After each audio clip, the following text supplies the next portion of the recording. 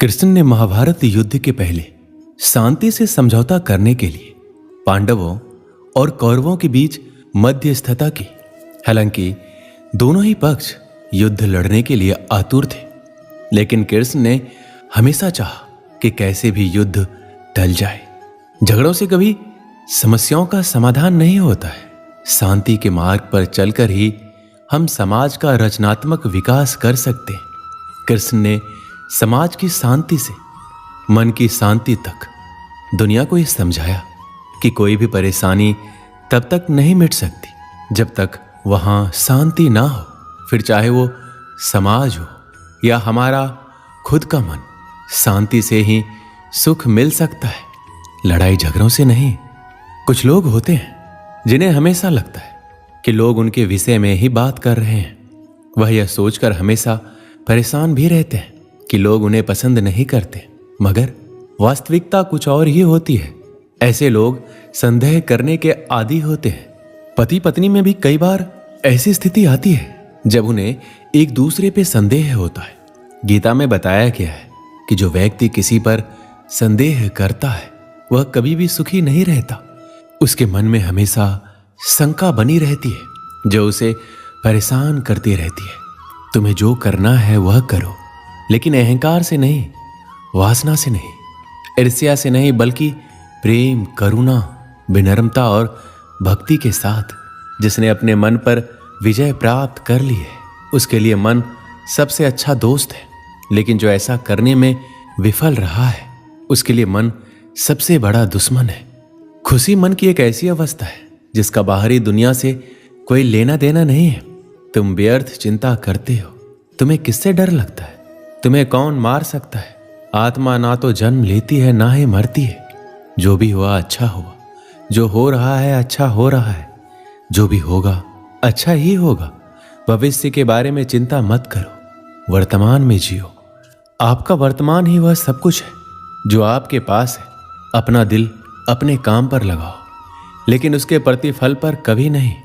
जीवन में सफलता प्राप्त करने के लिए भगवान श्री कृष्ण के जीवन से जुड़ी तमाम बातों का अध्ययन करके सीखा जा सकता है।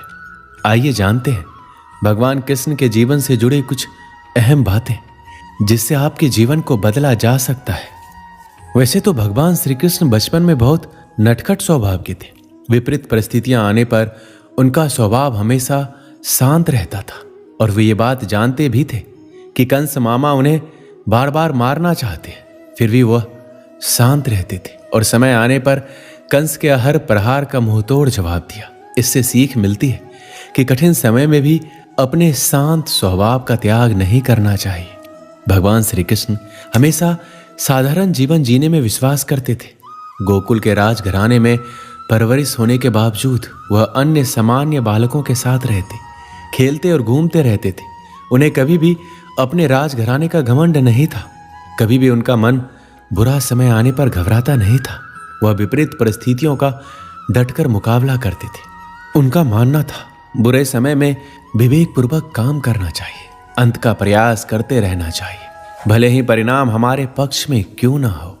श्री कृष्ण और अर्जुन की मित्रता से हर कोई परिचित है। हालांकि ये मित्रता बराबर की नहीं थी। अर्जुन सदैव ही श्री कृष्ण को अपना स्वामी, भगवान और पथ प्रदर्शक मानते थे और उनसे जीवन के हर अवसर पर मार्गदर्शन लेना नहीं भूलते थे। एक तरह से उन्होंने अपने जीवन की डोर श्री कृष्ण को सौंप दी थी। महाभारत युद्ध के बाद एक दिन दोनों बैठकर जीवन दर्शन पर बातचीत कर रहे थे। इसी समय अर्जुन ने कहा, हे वासुदेव, संसार में हर कोई सुख की कामना करता है और जीवन पर्यंत उसकी प्राप्ति के लिए प्रयास भी करता है। फिर क्यों दुख जीवन में प्रवेश करता है?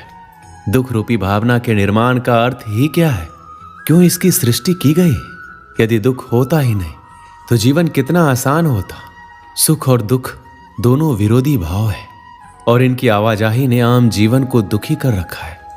अर्जुन की बात सुनकर श्री कृष्ण ने कहा, हे पार्थ, सबसे पहली और आवश्यक बात ये जान लो कि सुख और दुख एक दूसरे के विरोधी नहीं बल्कि पूरक हैं। वास्तव में ये एक ही सिक्के के दो पहलू हैं। यदि दुख ना हो तो सुख की अनुभूति भी ना हो पाएगी।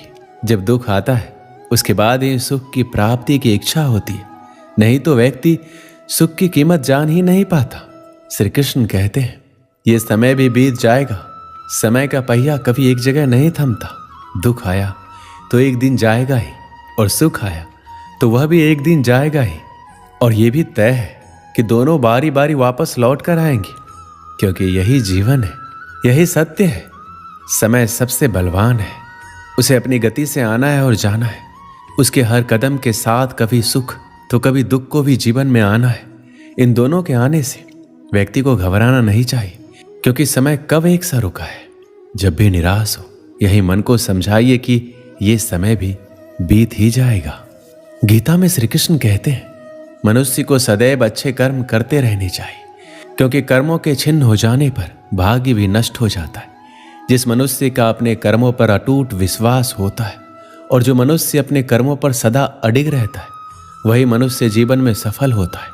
श्री कृष्ण ने कहा है, हर व्यक्ति को बिना कुछ सोचे समझे सिर्फ कर्म के मार्ग पर चलते रहना चाहिए। जो मनुष्य कर्म किए बिना सिर्फ फल की चिंता करता है, उसे जीवन में सिर्फ असफलता ही प्राप्त होती है। परिस्थितियां चाहे कितनी भी खराब हो, वो हमेशा एक जैसी नहीं रहती है, वो बदलती जरूर है।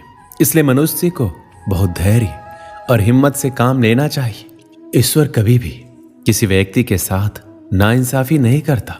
वो उसको केवल वही देता है जिसकी वो लायक है। जीवन में कुछ स्थायी नहीं है, इसलिए स्वयं को अधिक तनावग्रस्त ना करें। किसी के साथ चलने से ना तो कोई खुशी मिलती है और ना ही लक्ष्य। इसलिए मनुष्य को सदैव अपने कर्मों पर विश्वास करते हुए अकेले चलते रहना चाहिए। अकेला व्यक्ति जब चलना शुरू करता है तो उसके साथ कोई खड़ा नहीं होता। रास्ते में आप ही प्रश्न और आप ही खुद के उत्तर होते हो।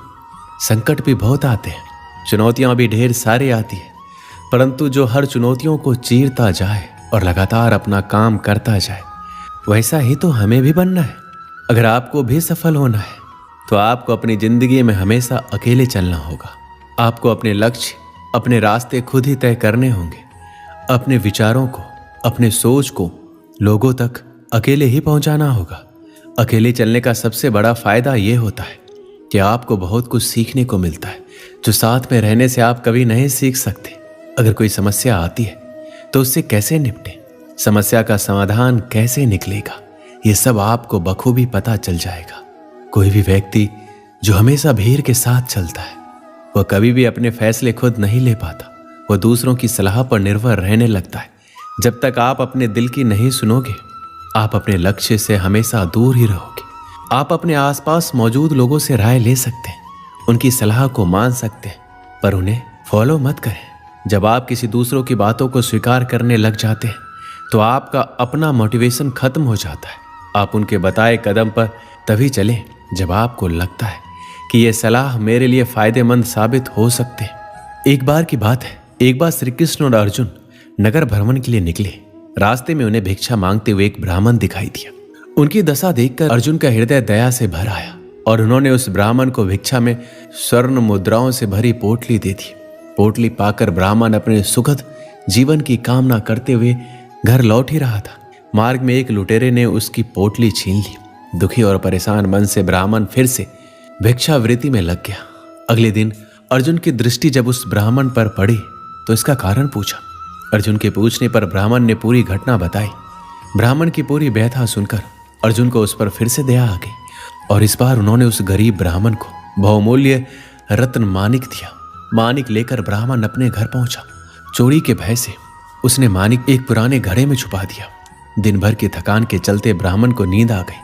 उधर ब्राह्मण की पत्नी भी नदी से पानी लेने के लिए चली गई, लेकिन रास्ते में ही हाथ से गिरकर घड़ा टूट गया। तब वो पुराना घड़ा लेने घर पहुंची जिसमें ब्राह्मण ने मानिक छिपाकर रखा था, और जैसे ही ब्राह्मणी ने नदी में पानी भरने के लिए घड़े को डुबोया, वह मानिक भी जल के वेग के साथ बह गया। ब्राह्मण को जब इस बात का पता चला तो उसने अपने भाग्य को दोष देता हुआ फिर से भिक्षावृत्ति में लग गया। कई दिन गुजर गए, ब्राह्मण वैसे ही भिक्षा मांगता रहा। इसी दौरान एक बार फिर श्री कृष्ण और अर्जुन नगर भ्रमण पर निकले। वहां उन्हें वही ब्राह्मण फिर से भिक्षा मांगता दिखाई दिया। अर्जुन तो हैरान रह गए। उन्होंने ब्राह्मण से इसका कारण पूछा। तब उसने सारी घटना कह सुनाई। सब कुछ सुनकर अर्जुन काफी निराश हो गए और गहरी चिंता में पड़ गए। तभी श्री कृष्ण ने अपना हाथ ब्राह्मण की ओर बढ़ाते हुए उसे 2 कौड़ियां दी। अर्जुन ने श्री कृष्ण की ओर देखते हुए आश्चर्य से पूछा कि प्रभु, मेरी दी स्वर्ण मुद्राएं और मानिक इस अभागे की दरिद्रता ना मिटा सकी, फिर इन कौड़ियों से इस ब्राह्मण का क्या होगा? अर्जुन के सवाल पर श्री कृष्ण ने कहा, वह ब्राह्मण देवता के पीछे पीछे जाए। ब्राह्मण भिक्षा लेकर घर लौटने लगा। तभी उसे पास की नदी में जाल में तड़पती एक मछली दिखाई दी। ब्राह्मण को उस मछली पर दया आ गई। उसने सोचा, इन कौड़ियों से मेरा क्या होगा? यह विचार करते हुए जाल में फंसी मछली का सौदा मछुआरे से कर लिया और कमंडल में मछली डाल नदी में छोड़ने चल पड़ा। तभी मछली के मुंह से वही मानिक निकला जो उसने घड़े में छुपाया था। मानिक देख ब्राह्मण खुशी से चिल्लाने लग गया, मिल गया, मिल गया। भाग्य बस उसी समय ब्राह्मण की मुद्राएं लूटने वाला लुटेरा भी वहीं से गुजर रहा था। उसने समझा कि ब्राह्मण ने उसे पहचान लिया। उसने भी पकड़े जाने के डर से स्वर्ण मुद्राओं से भरी पोटली ब्राह्मण को लौटा दी। ब्राह्मण के साथ अब जो घटित हो रहा था वह सब देख अर्जुन ने भगवान श्री कृष्ण को नमन करते हुए पूछा, हे केशव, ये कैसी लीला है? जो काम स्वर्ण मुद्राएं और मूल्यवान मानिक ना कर सका वह आपकी 2 कौड़ियों ने कर दिखाया। तब श्री कृष्ण ने कहा, हे पार्थ, ये केवल अपनी सोच का अंतर है। तुम्हारी स्वर्ण मुद्राएं देने पर उस ब्राह्मण ने केवल अपने सुख की कामना की,